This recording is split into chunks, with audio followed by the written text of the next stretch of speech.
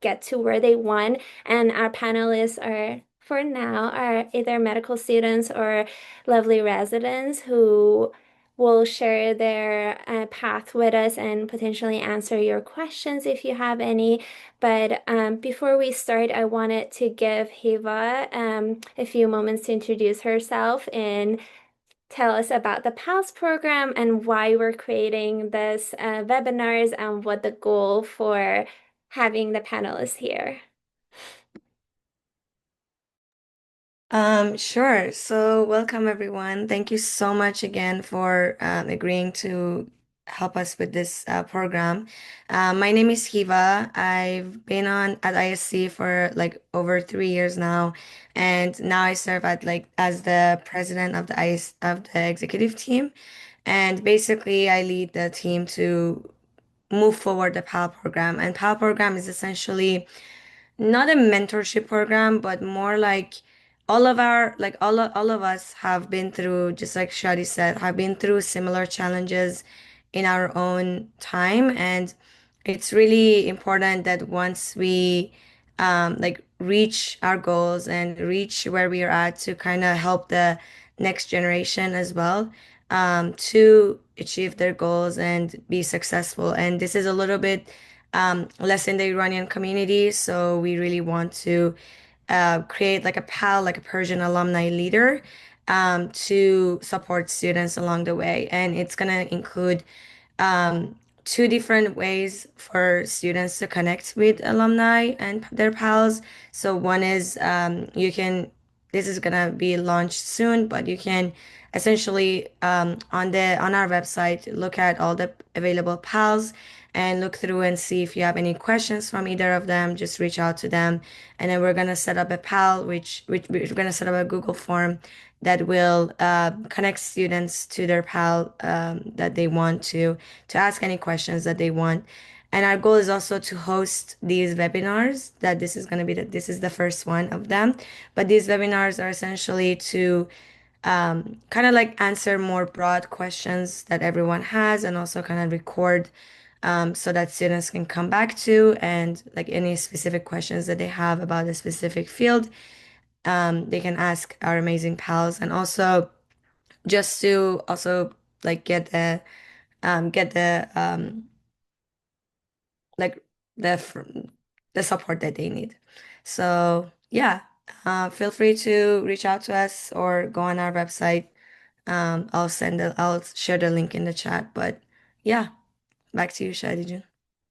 Great. Thank you so much, Hibajan. Before further ado, we have three lovely panelists, and I want them to give the platform to them to introduce themselves and tell us a little bit about themselves and their path. So, just to make it more streamlined, you can tell me your name, the medical school that you went to, the residency, and the year that you're in, and what medical school, what undergrad you went to, what your major was, and if you are daring enough, and tell me one fun fact about yourself.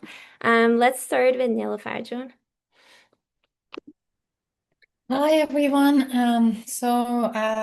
I went to medical. Let's start with undergrad. I started in community college in Sacramento at American River College. Then I transferred to UC Davis for undergrad, and I did med school in San Diego, UCSD, and I just started residency 2 months ago in at EVMS in Virginia. I'm doing ophthalmology and.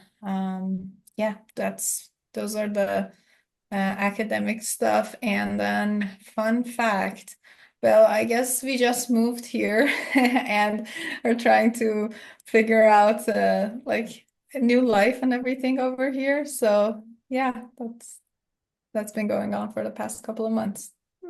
That's awesome, Niloufar. June, Kian, do you want to go next?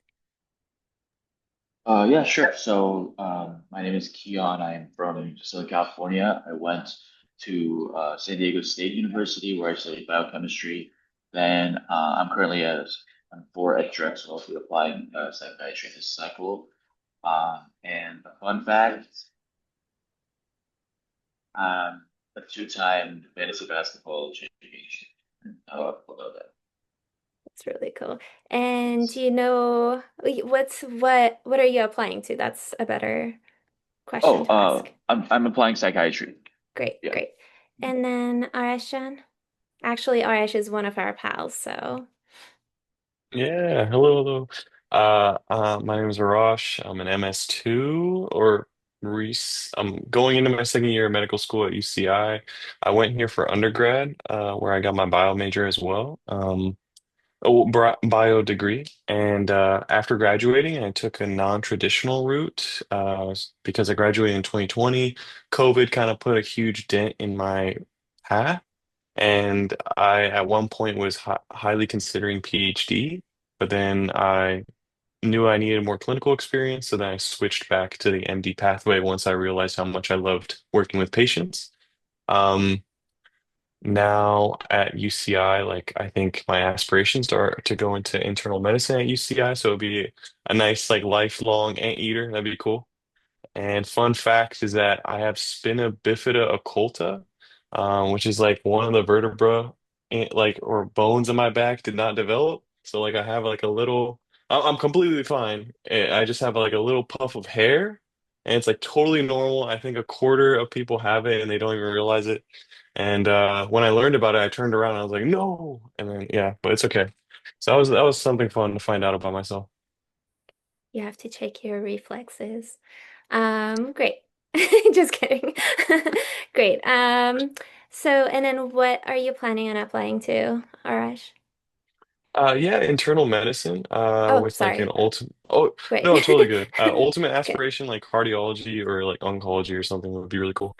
Great, great. I'm gonna monitor and moderate the chat. So if you guys have any questions at any point, please feel free to put it there. So for the sake of time, I'm gonna just pop the question, and any of you guys, if you want to just answer the question, you'll please go for it. Just unmute yourself and go start answering. The first question that we got a lot was about your undergrad degree and how you found the research, and if your school is not really big on research and you don't like research, what did you do, if any? I can tackle this because my research experience was in very bench like chemistry, which is probably what not a lot of people want to hear. But I did electrochemistry. Being a biochemistry major, I wanted to I was thinking about going the PhD route, kind of similar to Arash, but very early on, like my second year of college, I was like, this is horrible. I don't like bench research, and so I pivoted from there. So what I guess the way I found it was literally cold emailing, and I know this is like nobody's favorite. Um, but definitely cold emailing, especially people in maybe more clinical fields than just like bench research, like a raw biochemistry, biology, something like that. I had a lot of friends who matched from, or I'm sorry, not matched, but like got into medical school from like a psychology type research. And that could be something that's a lot more fun. It gives you a little bit more experience with patients. You could definitely spin it like 100 different ways if it like relates to you as like, your brand. I'm sure your advisors will talk to you about that. So cold emailing like psychology professors that maybe you're taking their classes would be like the best way. I think um, if, if you aren't at a place that has a lot of research, um, I think I think just expanding that advice out to places around you that may have it would probably be best. But somebody else could speak on that.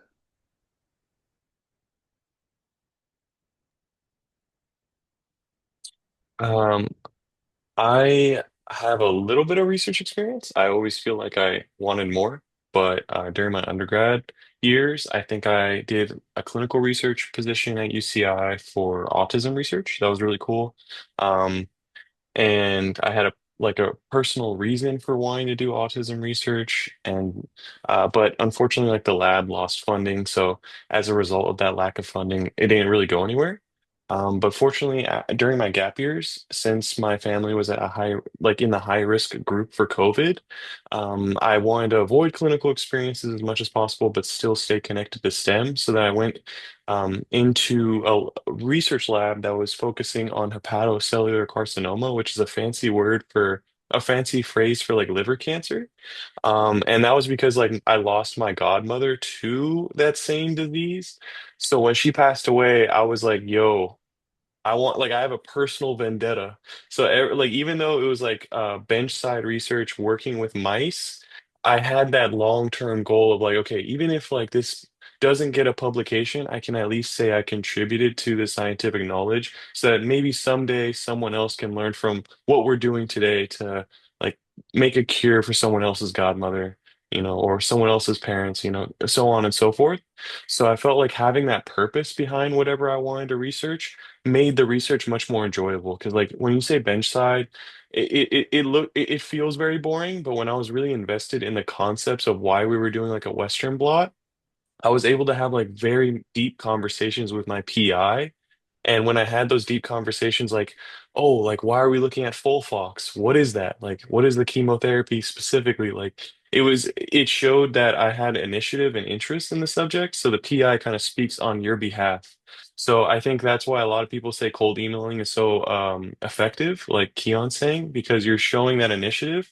But if you go a step further and utilize the tools at your dispense, like utilize ChatGPT to see what type of relevant research questions that you can ask and address in their lab. Try to find relevant articles that interest you and go from there. Maybe like you don't have to do bench side research to make a difference. You could literally do a literature review if you want. Like you're just interested in um, like forever plastics and you just want to read all you can about it and you can write a literature review, get some random PI at your school to look over it. That's cool to me. That shows that you like something, you researched about it, and you want to educate others. So it doesn't have to be bench side. It doesn't have to be one thing or another. Just as long as you have that passion is what I think I ultimately learned about the value of research. Great. The other question is about the extracurricular activities and how you chose your major. Oh, Niloufar, did you want to say something? Sorry. I can add it here. Okay. I was going to say, which is actually along the same question. Um, I applied to medical school a few years ago now, but at least during when I was applying, I think it's also important to know that you didn't need to have research. So, like you mentioned, if someone doesn't like research, research is not a necessity to get into medical school. Of course, it's a plus. I mean, it's pretty competitive, and they look at your application, and it's good to like check a box, but it's not necessary the same way having like clinical experience is necessary to like some sort of clinical experience, volunteer, like being involved in student organizations. I think those are way more important in when they're looking at the application compared to research, because there's always time to do research in medical school. And even when you do research as an undergrad, they definitely don't expect you to have publications from it. And just being involved in a lab, I think it's good enough for like undergrad. Of course, it's always like all of those things, having like presentations at conferences, posters, all of that are pluses, but I don't think it's something that like everyone has to do if they're not interested and there's something else that they feel more passionate about. So I think that's related to the extracurricular activities. I think it's more important to make sure like you get good clinical experience, some sort of like whether it's something that's more than a shadowing. So whether it's volunteering or being a scribe or like being part of a student-run clinic, something that is a little bit of a more active role than shadowing would be really beneficial. And I think having some sort of leadership experience that shows that like you have those skills also really helps. Anything else, Kiana and Arash? Yeah, so I mean, for me, um, the question was a two-parter, right? It was kind of like extracurriculars in my major. Like We I can can talk just in. parse out one if you want. Okay, yeah, just when it comes to extracurriculars, it was like for me, I kind of spoke on it briefly. Like my advisor was like, kind of find a brand for yourself. Like, what is something that you're really passionate about that you can kind of connect between everything that you do? And like for me, that was like addiction, psychiatry, addiction medicine overall. And if you can find it, it's typically a lot of work that you can kind of go and parse out, like kind of, just put yourself out there a little bit. I was able to find work in as a volunteer. It was like semi-clinical at a detox somewhere in San Diego. I just hit them up. I hit up like I don't know 7 to 10 different places. I was like, "Hi, I'm just a kid who wants to learn more about addiction. I'll do anything that you guys have." Some never replied. Some said, "Sorry, we don't have anything." And then one place was like, "Yeah, sure, come on by. We'll talk and see what we can do." And it goes a long way. Like just 1 hour couple days really can really build up and give you really good results. So it can be kind of grueling, but just have one templated email, send it out to all these people, and then like things will kind of pop out that way. Also, use the resources at your college campus's disposal. Um, you'll be surprised at the kind of things that they have, like what kind of connections your professors have. Even, if you have like a good connection with your psychology professors and they, have done something with smoking cessation, go and talk to them. Be like, hey, like, um, I'm interested in learning about this stuff. Like, I want to do something outside of the classroom, and they either can do something to help you or connect you with somebody. And that's kind of like the networking part of the whole thing. You're already here, so a lot of you probably know a lot about networking, but that's like a good, quick hold for you to kind of get yourself up and find extracurriculars that are meaningful for you.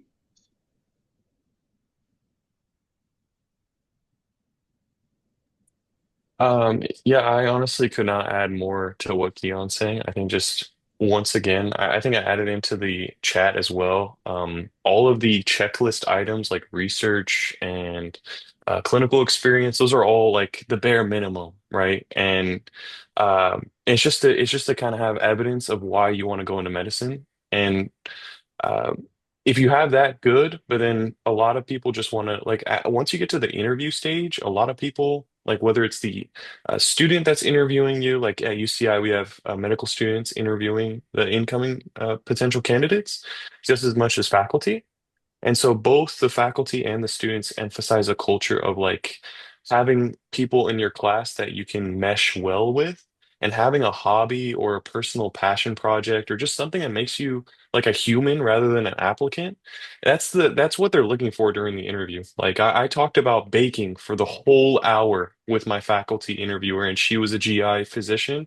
I memorized everything about my research, didn't talk a single second about like the academic aspect of my application. So the more you go into the application system looking like a real person, the better. So like whether that's focusing on like making a brand that makes sense or just finding things that you're interested about and can talk about passionately, that's what will make you stand out. Great. That is great. Yeah. And next question. Oh, I wanted to say something. I'm actually also a physician, so I did whatever these people have been doing, and I agree 100% with them. So basically, if you show that you're passionate in whatever you choose to do, that stands out 10 times more than just checking some boxes. So please do that. Next one, drum roll, because we got so many questions on this. How did you guys study for MCAT and how important your score is on MCAT?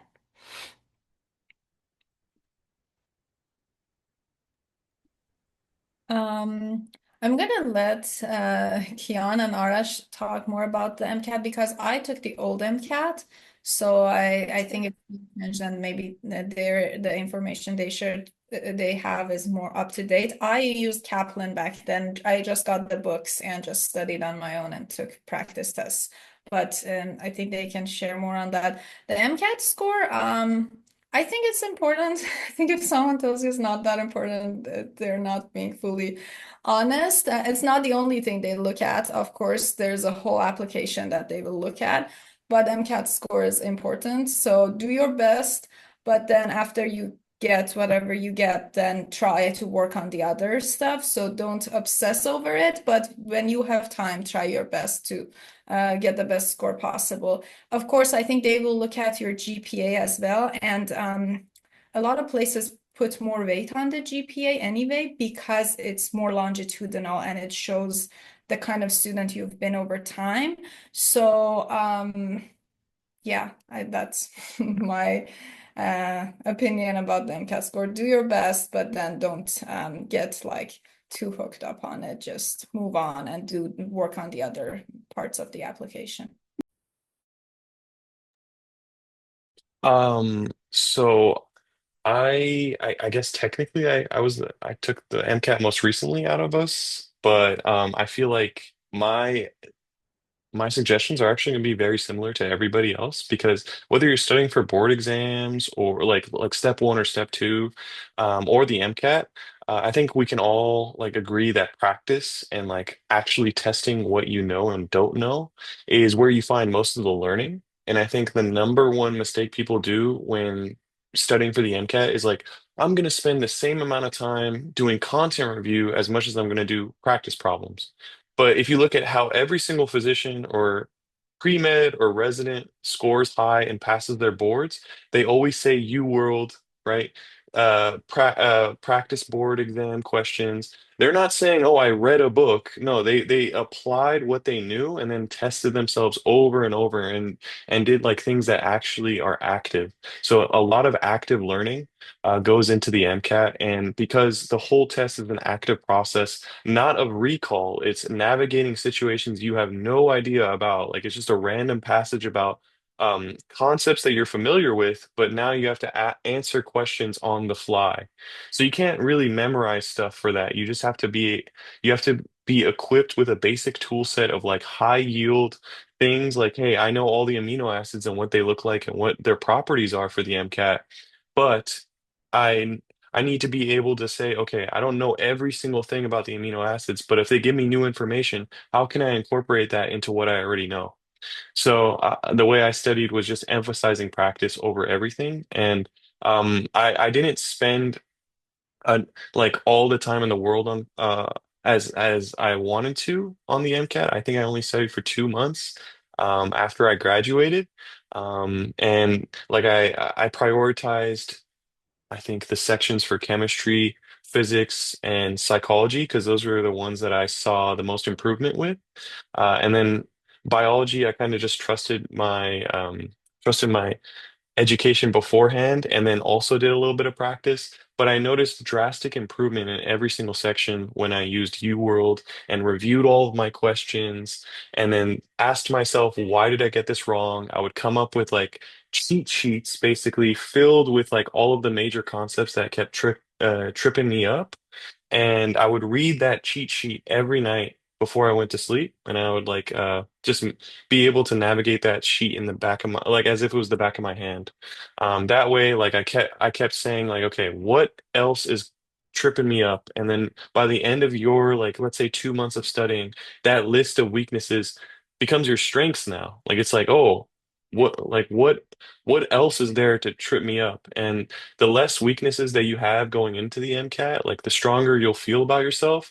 And you're going to get tripped up when you're taking that test. But the more confidence that you build, the more endurance you build through taking like practice exams and doing those practice questions, the better prepared you'll be. So practice problems, whatever that looks like, but making sure you appreciate those questions by reviewing them fully.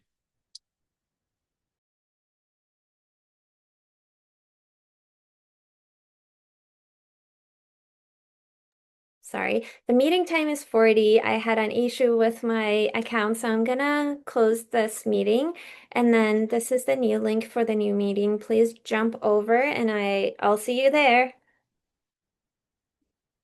So the next question is about have you encountered any challenges that you overcome during your path through applying for medical school or during your undergrad, and how you did that?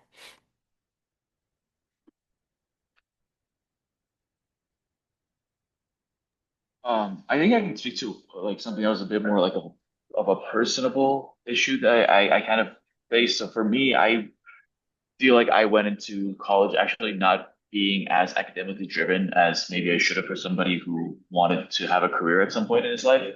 Um, but you know, like a lot of people go into college having different expectations of it, and for me, I kind of ended up focusing on like what my social life could be. Um, and I want to say that like it's really important that you balance both. I know sometimes it feels important, it feels impossible, but like being able to walk away from college, it being a unique experience in and of itself. You know, you'll always be studying if you're going into medicine. If you're going to go, you know, you're 4 years of med school, you're going to go to residency, and then after that, your CMEs is there.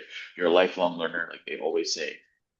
So you'll always be studying. So if you're able to kind of learn early on how to balance what you like in life, your hobbies, who you value, and then still being able to get the studying down.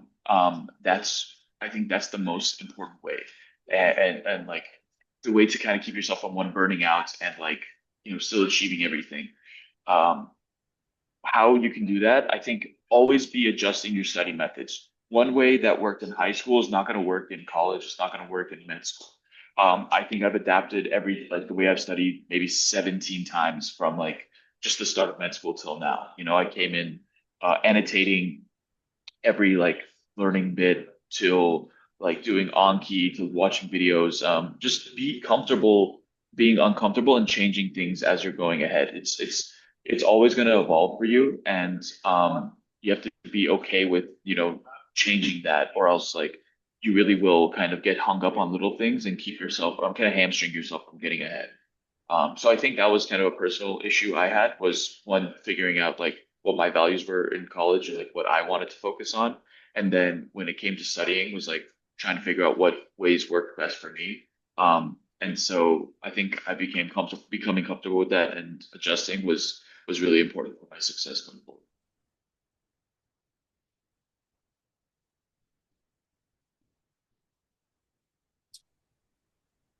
Um, yeah, for the journey to med school, I felt like the number one thing that I'm still working through that really bothered me was the constant self-comparison.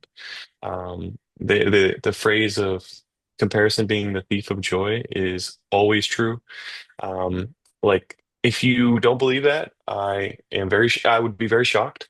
But if you don't, and you don't think you compare yourself that much, I dare you to like take note of like the date and time you've ever compared yourself to people, like starting today, and then ask yourself if it makes you feel any better about what you're doing.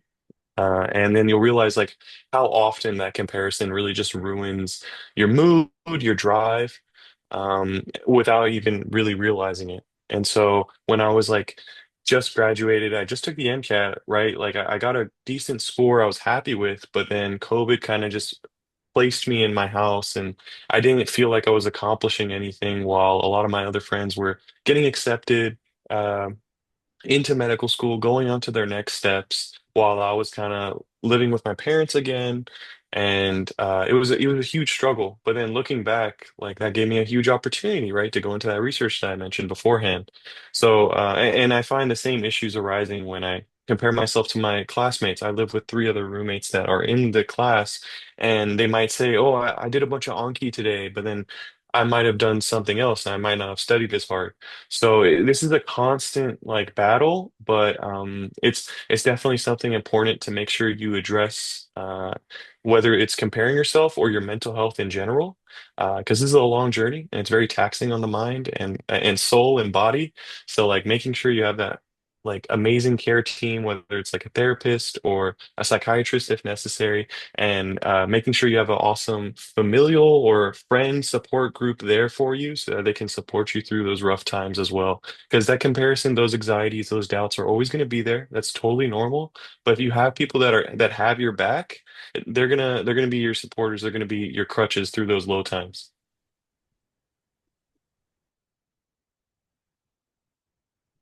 Great. Next question is about how you found out that you are interested in medicine and how you explore that if you're unsure.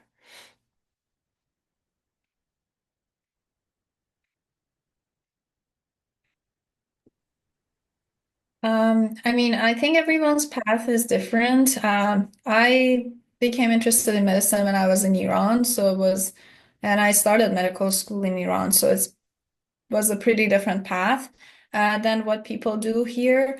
But what I think is important is to get good exposure beforehand so you really know what you're signing up for. So I think just like exposing yourself to as much like clinical experiences. There are a lot of conferences for pre-health, pre-med.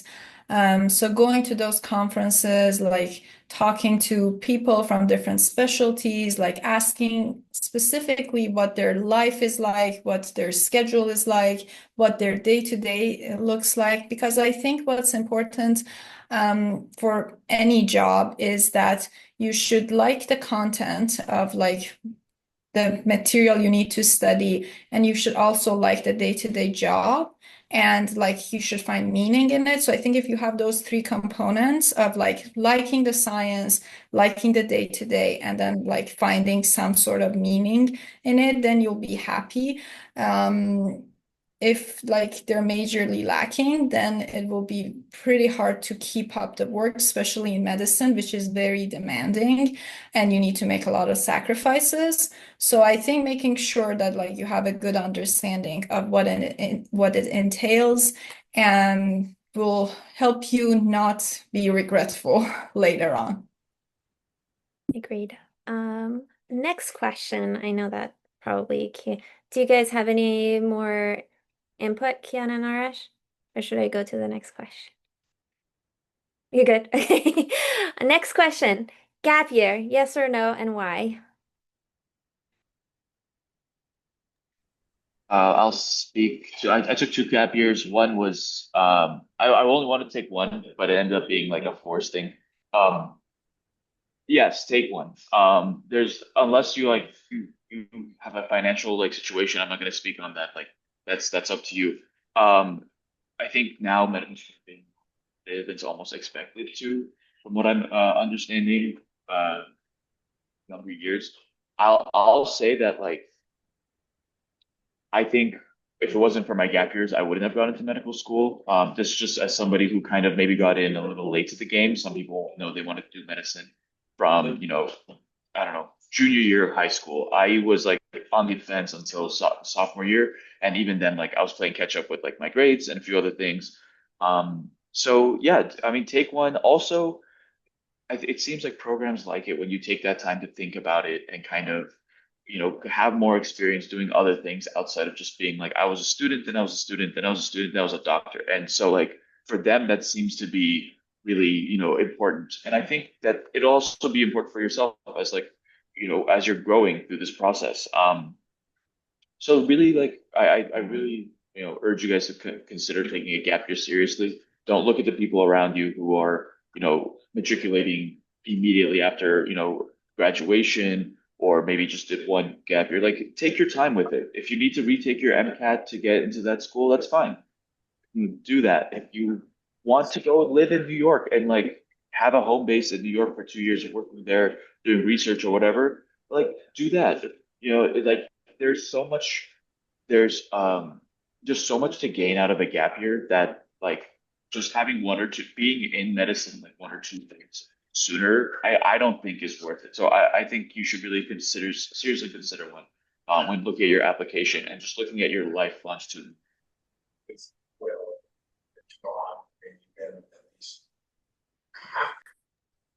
have. Uh, yo, guys, this isn't a question. This is a suggestion to the highest degree. Like if you don't take a gap year, your application must be so pristine. Or you just want to go straight into any medical school you want, or you get accepted in. Um, but if that's not the case, which is most people, um, most of the people that get interviewed at UCI at least, like, and have great things to talk about are those that have like a life outside of the classroom. So you don't technically need a gap year to do that, but it's more like a question of like, do I have characteristics of someone outside of the identity of a student, which is very difficult to form while you're in college, right? So it's not impossible; it's totally doable. But it's that gap year like forces you to step outside of a classroom and a class schedule and a predetermined one, and ask yourself like, what do I do outside of the exams and the classroom? And that's the stuff that allows you to thrive in the classroom. And that's the stuff that people are going to ask you about on your interview day. So yeah, I think that's the most beautiful aspect of a gap year. And plus, like, even if you are struggling financially, that can give you the extra time to, save up, start working, spend focused time on the MCAT if you need it, or building up experiences that you've always asked yourself, like, what if? Like there's a chance for you to maybe go study abroad and like learn a new language that you can use for your future patients. Like there's so many people that took mission trips that I interviewed for UCI, and they told me about how they served a clinic and they learned how to speak Spanish fluently. And now they're looking to serve Spanish speaking populations in Southern California. Like that's because they took the time outside of the classroom to do that. So that's someone that I find personally interesting by default, right? And then you add the GPA and the MCAT, it's kind of like they're going to get accepted somewhere. It's just you don't know where. But yeah, gap years, 100% yes, take them.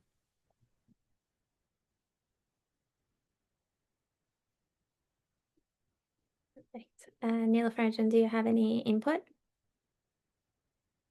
Um, no, I think like I agree. I think with every question that like we've answered so far, everyone needs to make the decision that makes the most sense for them and based on their specific situations.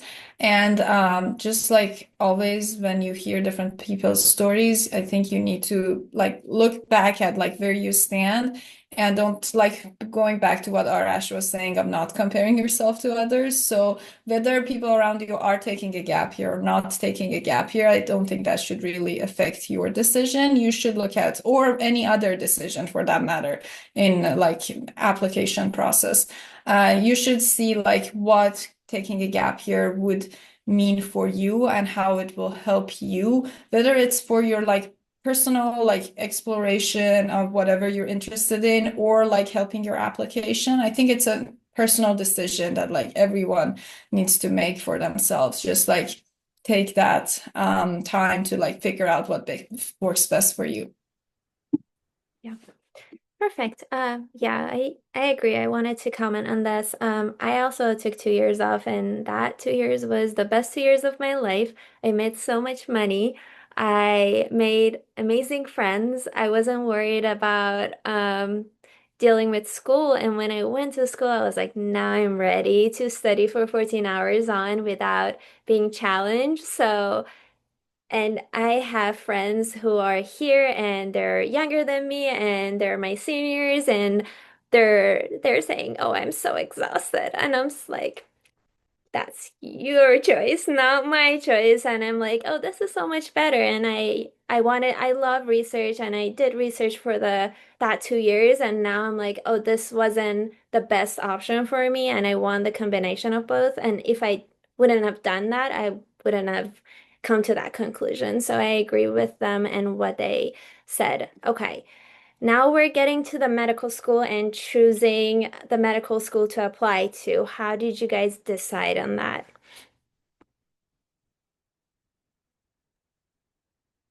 So I can say what I did.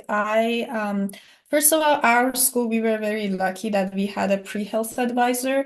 So I very heavily used that. If you do have something like that in your school, I really recommend using that.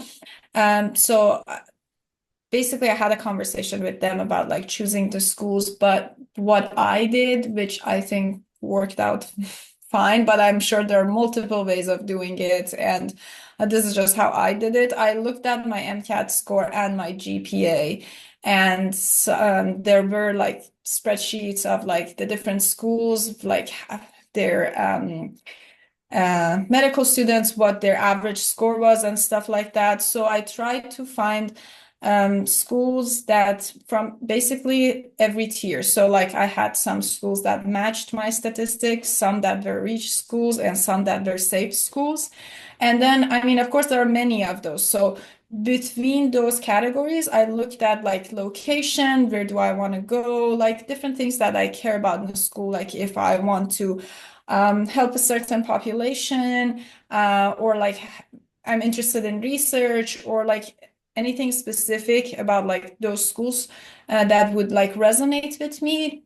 I basically narrowed them down. I don't remember exactly how many I applied to for medical school. Honestly, it's been so long.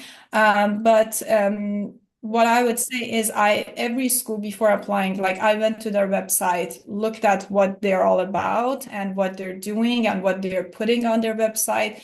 So to make sure that I'm not just like applying somewhere that like doesn't really match my interests, because they will interview you, and if like you're very heavy on community service and they're not really doing that, like it doesn't make a lot of sense to like apply to a school like that, or the other way around. If they're very much about service and you're very research oriented, then like if that's not what they're doing.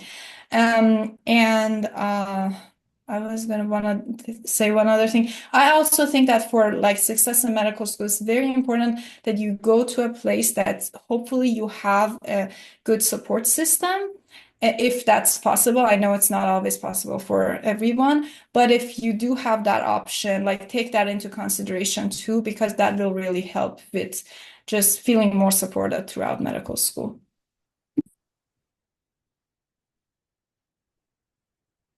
Great. And one thing I will add, sorry, I forgot, for pay attention to the schools if they get in state, out of state. Don't apply to somewhere that doesn't accept out of state students, or like has a very low likelihood and you don't have any connection to that state. Just make sure you check those things. Input from Arash and Kian. I think you summarized it well, Niloufar. That was perfect. Great. I just want to give like 5 minutes and so for Q&A. If anyone has any burning questions, feel free to unmute yourself and ask our panelists. If not, I'll keep going.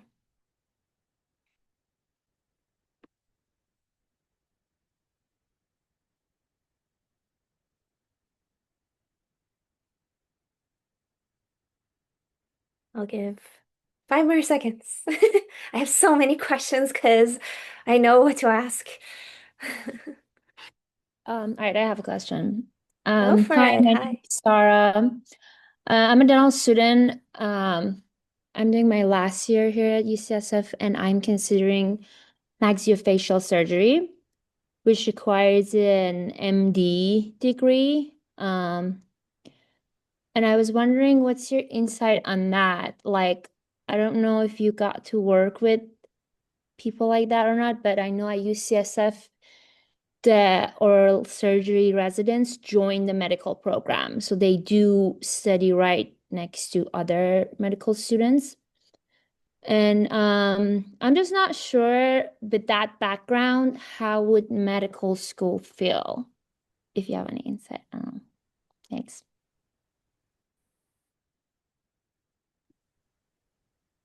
So sorry, can I clarify? You were a dental student, you said? Yeah, I'm a D4. I'm a dental student, but for dental students who do residency in maxillofacial surgery, they go through medical school too. So like when they graduate, they get a DDS, MD, and an OMFS. So that means that you basically do step 1 and step 2 upon graduation. You know, you have to like pass it to be able to graduate.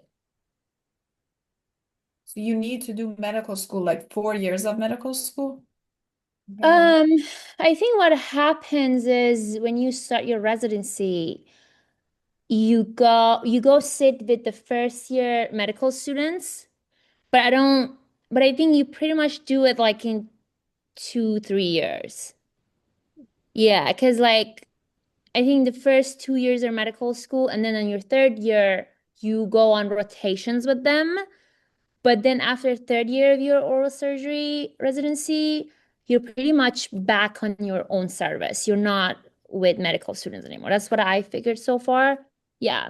So So I think it's a little bit advanced. Yeah. So you think that you're going to medical school and not the residency because that's two different processes. So for medical school, like, so we do undergrad, medical school, and residency. So I don't know how specifically orofacial is, but for us, like, if are you gonna do medical school and then residency with the like an orofacial resident? Is that what you're asking? Because I've never seen one. I do not know whether we have it at UCSC. Niloufar, do you have any or Batra, is there Kian and Arash, do you guys have anyone at UCI and Drexel? I've never seen one. I've Yeah, never I had think like someone sitting with like other medical students from dental school. But I think the school has to offer OMFS. I don't think okay. if all the schools offer that program. I know UCSF does, UCLA does. Hmm. Um, and like basically you when you start your residency, you join the medical class. You join M1. Okay. Oh wow. Yeah. I would say you're at UCSF, benefit from it, reach out to one of the medical students and ask them. And then, or someone from your program, unless like Kian and Niloufar or Arash, if you guys have any input, I would say like you need to reach out to them because we don't have it at UCSD and neither of the other people have it at their school. So I would say like reach out to them and talk to them because those are the best people who can guide you. We can say something from the thin air, but that might not be accurate. Yes. All right. Sorry Thanks. about that. Okay. So Um, I just did a quick search. I think there are two types of, so you need to do more research on, but just like based on what I see, the OMFS, like there are two types of programs. There's a 4-year program that is exclusive maxillofacial, and then there's a 6-year program that you also earn an MD degree. And that one, I think you need to do like 2 years of medical school. I haven't seen anyone doing it, but I think if you were to reach out to someone in medical schools, like, I mean, of course, UCSF is a good resource, but I think plastic surgeons or ENT surgeons would be the hmm, best people who would have sure. maybe some insight on that. Okay, Yeah. gotcha. Yeah, you're right. I think ENT and plastic. Yeah. Thanks. Um, Sorry. Other questions?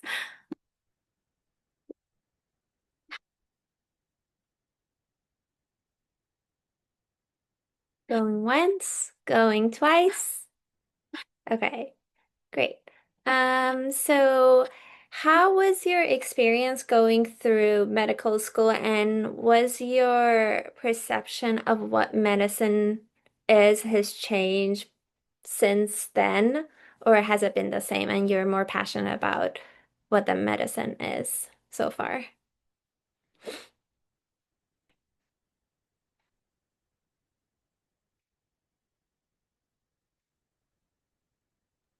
Um, I'll just speak to like my personal experience. I love medical school. There's a lot of people who are out there that hated medical school or hated certain parts of medical school. I think also it depends on what you're looking for. For me, like the social support that you have at the school I went to, Drexel, it was so vast and so strong. Like anybody there, you could kind of get along with, and it wasn't as, and I use this term very like, I know it's kind of contentious. It wasn't gunnery, and it depends on like who you are and like if you can get along with certain people or not, and that having my program be that way felt really good. I was able to get through the first 2 years with support, asking any of my friends or people around me for help. Um, Same with third year. My third year I think was a little different from a lot of other people's. But most people I think they dread third year when it comes around. I personally enjoyed it because it felt like I was finally getting a sense of what I kind of killed myself to do since, like I've worked hard for 6 years. Now I'm finally like in the hospital, seeing patients, writing notes, working with doctors and nurses and everything. So personally, I love the experience. Has my perception changed of it a lot? Yeah, I think that's like bound to happen. For me, I think become slightly more cynical, only slightly. But I'm still hopeful. I'm still doe-eyed, and I think I'm only early on in my journey, so we'll see how that goes. But that seems to be the common sentiment. So a lot of people end up a little bit more cynical, and I think that's common for pretty much every field or profession. So take that with how you will. But I guess kind of to loop it all back together, do I ever regret medical school? Far less than I enjoy and confirm myself in the decision. So yeah. All right, John. I was gonna say the same thing about in terms of medical school. I think a lot of people might say, "Oh, I hate it. It was the worst part of my life." But honestly, I think I studied more during undergrad, like during my first year, because I didn't have any background in biology until college. So I was like reading full-on textbooks from cover to cover about like the basics of bio and chemistry. Why did my head just shrink? That's so cool. Okay. Anyways, so I was like reading about the basics of these very like complex subjects from the foundations up. But then once you familiarize yourself with the scientific jargon, it becomes a lot more easy to kind of learn nuances a lot faster. And that's what medical school is all about. Like, hey, like here's the lung. You know what the lung does. It helps you breathe. But then what happens if you can't breathe as well? Like it doesn't go, medical school doesn't go as in depth to every single detail. It's just like, hey, this is like what's clinically relevant, which allowed me to focus more on the things that made sense. Like I wasn't just learning some random protein that a researcher was looking into for fun, right? And forget it after the exam.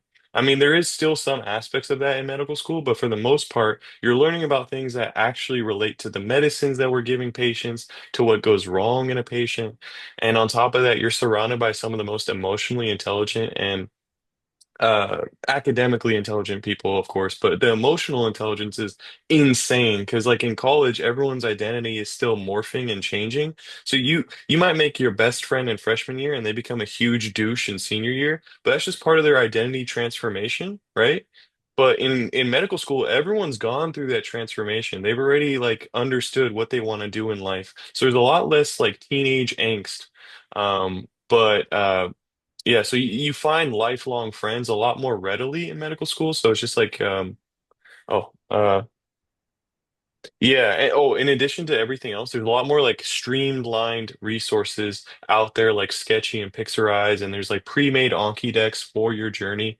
So there's a lot more support and a much more cohesive community. Whereas pre-medical community is very toxic, very cutthroat. You have things like SDN.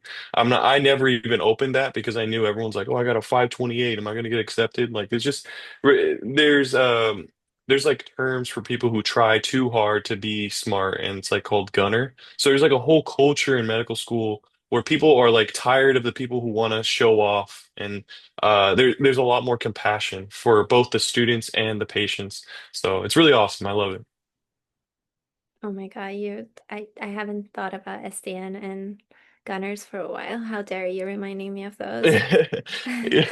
Niloufar, do you have any input? No. Oh, No, I yeah. think it. You got it. I'll take, if that's okay, we're gonna go like 1 or 2 minutes over, but any word of wisdom or any advice do you have for students? And I would love all of you guys to share that with everyone.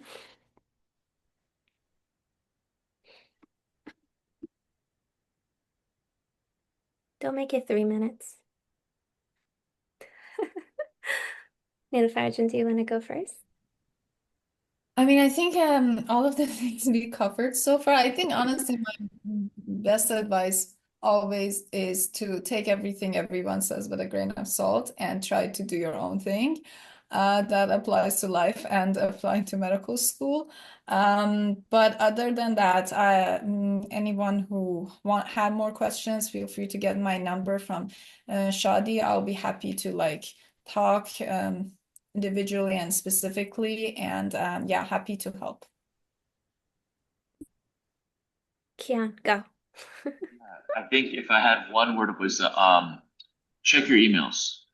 Always check your emails. Make sure you read them well. Myself and many of my colleagues have been spanked and slapped on the wrist a few times for either not doing that or whatever. So check your emails. Great. That is such facts. I think I almost missed like a financial aid reward for like med school just because I didn't check my email. So like it gets lost in the inbox for sure. But I think my number one piece of advice, especially if you're like trying to make your application your own, I think there's like a phrase from a Persian movie. I forget what it's called, but it's like uh, a bitter ending is better than endless bitterness. Where like if there's like something like you're giving it your all, like let's say you're in this research lab and you're like giving 20 hours a day and it's just like not going anywhere. You hate it, but you're like telling yourself, oh, maybe if I just keep pushing and maybe if I just stay here for another week or another month, I'll get a publication. Um, but even though it's like really bitter to just say, I'm done, I'm not doing this anymore, it's not going to be as bitter than just staying in it and forcing yourself to like just be tortured basically for the possibility of a publication when in reality you could just be doing something way better for your both mental health, physical well-being, and like application. So it's just if it's not doing you good, cut it out. Even though it's bittersweet, or even though it's bitter to say I'm quitting, you just have to know, hey, like what's good for you in the end, not trying to suffice that checklist. So hope that made sense.